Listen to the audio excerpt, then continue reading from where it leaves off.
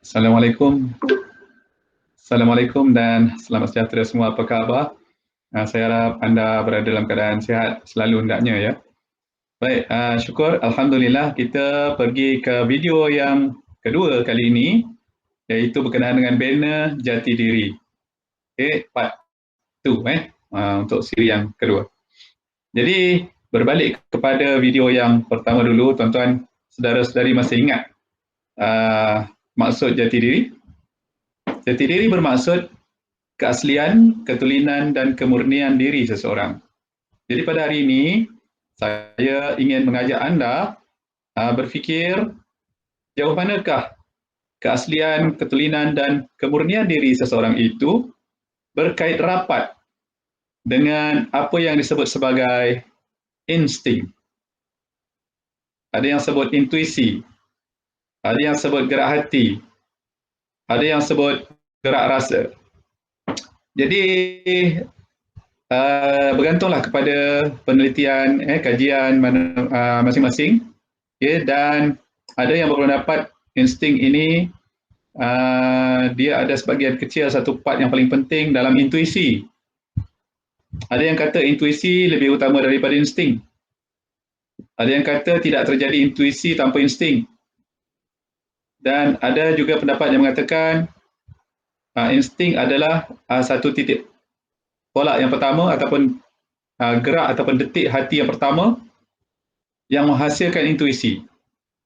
Seolah-olah intuisi itu adalah hasil daripada insting. Okey, tak apa. Jadi macam agak complicated kalau kita nak fikir begitu. Jadi kita fikir cara yang paling mudah faham ya untuk menjadi seorang yang memiliki jati diri tinggi ataupun memiliki jati diri yang sebenar diri kita, maka salah satunya ialah percaya kepada apa yang anda rasa. Selagi ia benar, tidak bercanggah dengan peraturan, tidak bercanggah dengan agama, tidak bercanggah dengan budaya, anda percaya dan terus laksanakan. Okay? Sukar untuk memahami selagi kita tidak melaluinya. Macam mana saya nak kongsi dengan anda, okay, macam mana saya semakin lama semakin yakin dengan apa yang dia panggil dengan gerak hati ini. Dia bermula daripada ketika saya mengenali seorang pegawai tentera, Lieutenant Colonel, pegawai tentera. Jadi beliau ni seorang yang sangat yakin dengan dirinya, cara bercakapnya sungguh yakin, dan orang kata ada value, ada nilai yang dapat mengubah tingkah laku seseorang apabila mendengar cara dia berhujah, bercakap, menyampaikannya. Wah, hebat. Sehingga satu hari saya baru nak tanya, ini insting juga ni. Saya rasa insting dia. Iaitu saya baru rasa nak tanya soalan, tiba-tiba dia dah bercakap dengan apa yang saya baru nak tanya tu. Adakah insting saya atau insting dia? Baik, jadi sekarang ni gerak hati dia kuat nak berkongsi sesuatu dengan saya dalam keadaan masa yang sama saya nak tahu sesuatu daripada dia. Okey, maknanya insting dia. Dan apa yang dia cerita dekat saya tu ialah berkenaan dengan insting. Dia kata, engkau kena percaya kepada gerak hati ataupun detik yang pertama. Diistilahkan detik yang pertama. Kau kena percaya dengan detik yang pertama. Yang terlintas tergerak dalam hati, terus buat. Ya, jangan berkira-kira, jangan berfikir-fikir lagi, terus buat. Saya fikir apa yang dimasukkan dia. Mula saya tak berapa faham lah apa yang dimasukkan tu. Tetapi saya renung kembali, memang ada ketika-ketika tertentu yang kita rasa tiba-tiba macam nak buat sesuatu, ya, kuat, hati kita kuat sangat, kuat betul, rasa nak buat sesuatu yang bagus, yang hebat, yang baik, tapi ditumpaskan pula oleh pemikiran-pemikiran yang kurang rasional. Pernah tak tuan-tuan, saudara-saudari mengalami keadaan seperti itu? Rasa nak buat sesuatu ni, tapi okey. Duit pula tak cukup, lepas tu jauh, lepas tu tri, dan akhirnya tak jadi. Pernah macam tu tuan-tuan? Okey. Kenapa jadi begitu? Sebab puncanya ialah kita kurang yakin dengan gerak hati kita sendiri. Ada ketikanya gerak hati itu menuntut sesuatu yang amat besar. Yalah, mungkin belanjanya besar, mungkin komitmen yang tinggi, mungkin menuntut kepercayaan orang-orang tertentu yang berpengaruh dan sebagainya. Mana ya, kita rasa macam boleh ke tidak? Dan ada ketikanya kita perlu berhadapan dengan situasi yang agak sukar, mungkin konflik yang sangat tinggi. Dan kita rasa diri kita agak kecil ketika itu, mungkin kita terlalu muda, mungkin kita terlalu kurang masak ataupun kurang matang dalam menangani konflik tersebut. Kita ada gerak hati kuat nak cakap tapi tak jadi sebab itu cerita tadi. Pemikiran-pemikiran yang tidak rasional. Kita jadi kalah dengan kekuatan dalaman yang ada tadi. Kekuatan dalaman tadi tu ampuh, sungguh ampuh tuan-tuan, sungguh kuat. Dan memanglah kadang-kadang apabila sampai satu part ujian tu, ini saya berkongsi dengan anda, bila sampai satu part ujian, kita rasa nak bertindak dan kita tahu risikonya sangat besar, tapi gerak hati kuat mengatakan selepas melalui fasa yang sukar itu akan jadi lebih tenang, lebih senang, lebih mudah. Dan kalau peringkat awalnya orang benci, orang marah, orang tak boleh terima dengan apa yang kita kata, tapi sebab gerak hati kita kata kuat, last nanti mesti okey. Last nanti mesti okey. Selagi dia tak bercanggah dengan syariat, selagi dia dalam peraturan, cuma bercanggah saja dengan cara pemikiran masyarakat ataupun cara budaya orang-orang tertentu, maka dia dianggap salah. Okey, bukan salah macam mana? Dari segi cara untuk kita menyampai dengan tegas. Ada ketika tertentu kita perlu bercakap dengan tegas. Bukan kasar, tapi tegas. Tegas maknanya kita ada standpoint yang kuat, kita perlu pertahankan. Tapi kalau lepas tu orang tak nak terima, tak apalah. Tapi tuan-tuan, minta maaf kata, apabila point itu betul-betul standpoint yang kuat, orang tidak ada point untuk menolak, akhirnya kena terima tak? Bila kena terima tu orang marah tak? Padahal benda ni point yang bagus untuk semua orang, tapi pada ketika tertentu orang tak nampak. Yang kita dulu nampak selepas daripada kejadian itu. Jangkaan kita kuat mengatakan akhirnya okey. Dan rasa seronok dan sungguh seronok, jangkaan kita tu sungguh tepat dan akhirnya orang minta maaf dekat kita kerana menyangka kita buat sesuatu yang tidak disenangi, tidak disukai. Minta maaf kata tuan-tuan. Satu ketika dulu, kalau kita lihat daripada sejarah Rasulullah SAW ketika menyebarkan agama Islam, memang ramai yang tak tahu. Jadi disebabkan mereka kurang faham, kurang jelas, maka Rasulullah selalu maafkan mereka dan terus maaf dan memaafkan. Jadi begitu juga dalam konteks insting ni. Apabila gerak hati kita kuat, kita yakin ianya berjaya dan orang marah dan marah kerana orang tak faham. Manusia ni kadang dia tak boleh terima bukan sebab kita salah, tapi sebab dia tak faham. Kadang-kadang pemahaman tu hanya boleh dijelaskan dengan tindakan, dengan hasil kerja. By the end of the session, people should be able to jadi apa macam tu. Kena ada objektif, kita rancang siap-siap seolah begitulah. Dapat je insting, terus kita ada objektif yang kita nak capai. Terus.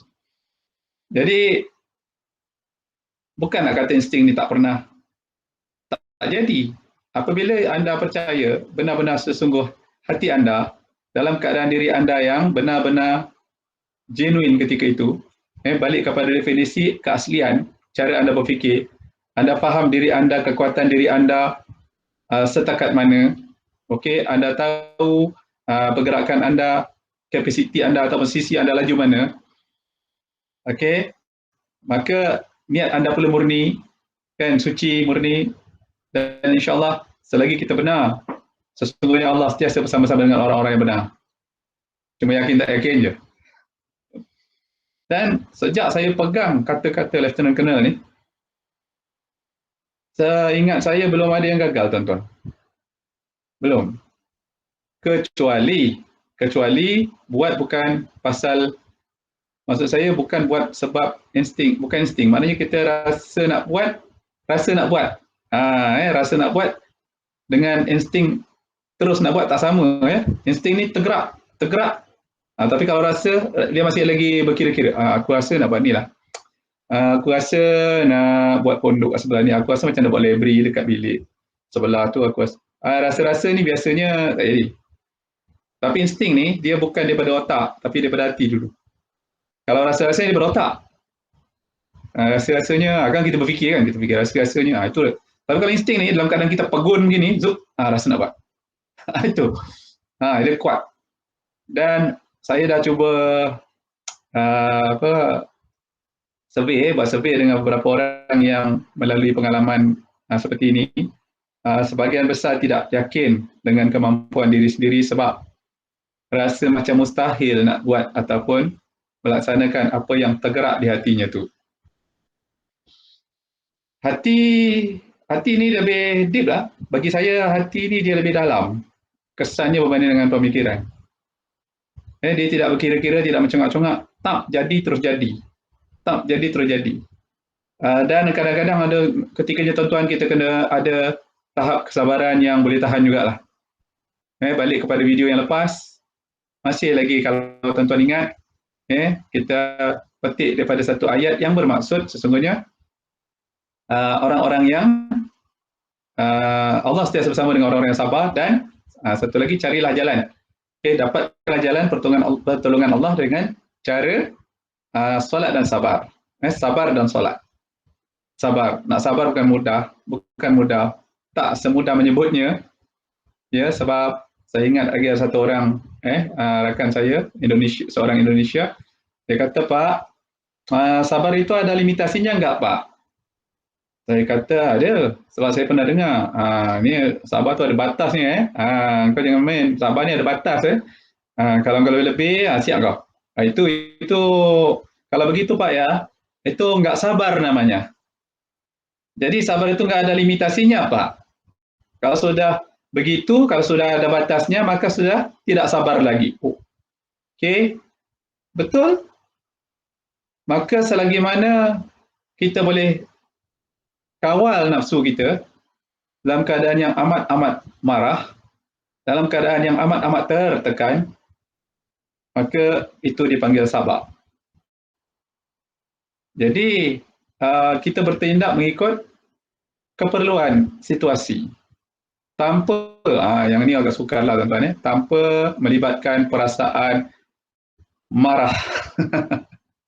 Masya Allah. Bukan mudah. Kita boleh sebut tapi bukan mudah. Jadi untuk menghadapi mereka yang kurang faham apa yang kita buat demi kebaikan bersama, maka kita yakinlah dengan gerak hati kita itu kita berjaya menghasilkan sesuatu yang baik. Saya nak berkongsi sikit dengan tuan-tuan, satu ketika dulu saya pernah bercita-cita nak tulis buku.